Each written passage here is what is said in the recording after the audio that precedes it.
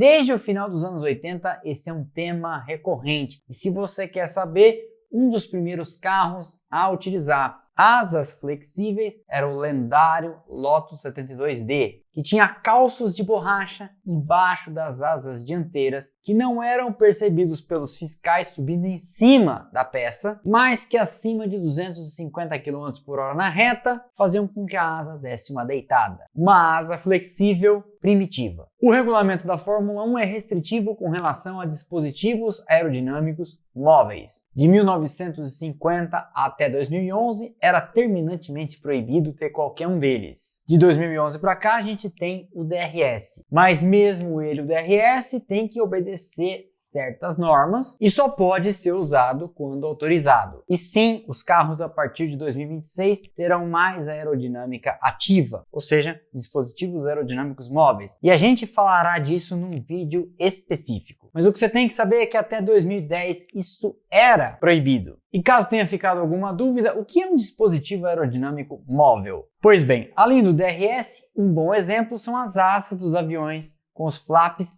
e os ailerons. Aqueles dispositivos que comandam a aeronave são aerodinâmicos e móveis. Pois bem, mas antes da chegada do DRS, alguns engenheiros já tinham dado jeitos de criar dispositivos aerodinâmicos, se não móveis, meio flexíveis. Tudo isso trabalhando formas de fazer a fibra de carbono dobrar em determinadas condições. Primeiro exemplo, quando está fazendo a fibra de carbono, uma equipe de Fórmula 1 pode, de repente, construir a asa de uma forma que acima de determinado esforço, ou seja, a carga equivalente a acima de 300 por hora, ela dobre nas pontas, ou dobre no meio, ou torça para trás. E assim, envergando das mais diversas formas, a asa funciona como um mini DRS, que parado e submetido aos testes de peso da FIA, resiste sem envergar. Mas, uma vez na pista e longe dos olhos e fiscalização, faz aquilo que o engenheiro queria que ela fizesse. E aí você pode pensar, mas Rodrigo, uma asa que enverga não é ruim, ela não perde eficiência? Então,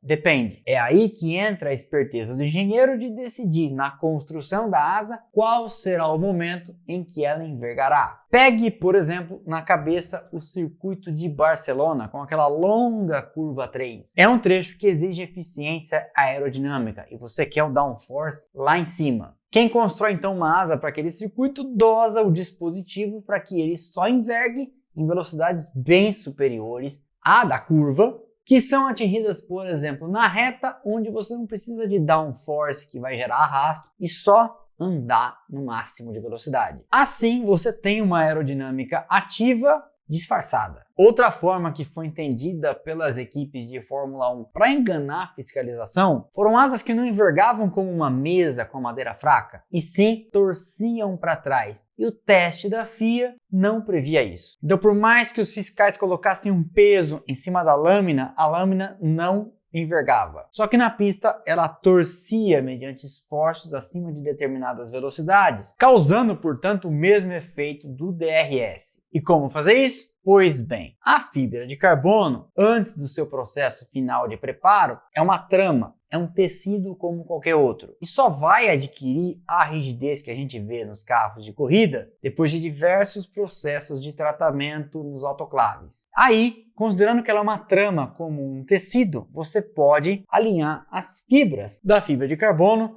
da maneira que entender melhor, possibilitando então explorar suas capacidades de envergar de forma criativa e que te favoreça. Frequentemente, quase todo ano, a gente vê uma equipe apontando o dedo para outra e dizendo: estava assistindo as câmeras on-board e percebi que sua asa dianteira está flexionando, torcendo, abaixando e etc. Os exemplos são vários. E como nos casos de antidoping, o órgão fiscalizador está sempre correndo atrás, tentando pegar no pulo quem está fazendo alguma coisa errada. Mas só vai conseguir fazer isso apropriadamente depois que indícios aparecerem. No caso da Fórmula 1, as imagens. Nos anos 80, como já falamos inclusive nesse vídeo aqui, os motores turbo estavam beirando a insanidade na potência. 1.100, 1.200, 1.300 e até 1.400 cavalos em condição de classificação. Mais potência, mais velocidade, mais risco. E também mais choradeira das equipes que não tinham acesso ao turbo, reclamando que não sobrava nada para elas. Assim, para resolver esses dois problemas, a FIA decide numa tacada só limitar o tamanho do tanque de combustível de quem tinha motor turbo, obrigando então quem tinha esses motores a diminuir a pressão sob pena de ter uma pane seca. Os tanques de combustível então foram limitados a 220 litros. Mas aí alguém esperto pensou, litro é uma medida de volume. E dentro desse determinado volume de 220 litros, resfriando a gasolina, eu consigo colocar lá dentro mais moléculas. Ou seja, mais gasolina no mesmo tanque. Genial, não? Genial, mas também perigoso pra cacete. Porque a gasolina era injetada no tanque de combustível dos carros a menos 30 graus Celsius. Carros de corrida são máquinas quentes, então a gasolina esquentava depressa. Então a recomendação das equipes era que os pilotos descessem a bota no começo da corrida para que o combustível baixasse mais rapidamente no tanque, evitando que o receptáculo explodisse com a gasolina expandindo lá dentro. Já que a menos 30 graus Celsius, as moléculas estavam, vamos dizer assim, encolhidinhas, e esquentando elas iam expandindo, e isso podia levar o tanque a um ponto de ruptura. E aí a federação ficou sabendo e ameaçou desclassificar, obviamente, todo mundo. E fazia todo sentido, porque essa manobra afrontava a regra em 2 pontos. Porque limitar o tamanho dos tanques de combustível era justamente uma manobra para diminuir a velocidade, em prol da segurança. E ao contrário disso, os malucos estavam indo para a pista justamente com a expressa instrução de descer o cacete no começo, para evitar que os tanques de combustível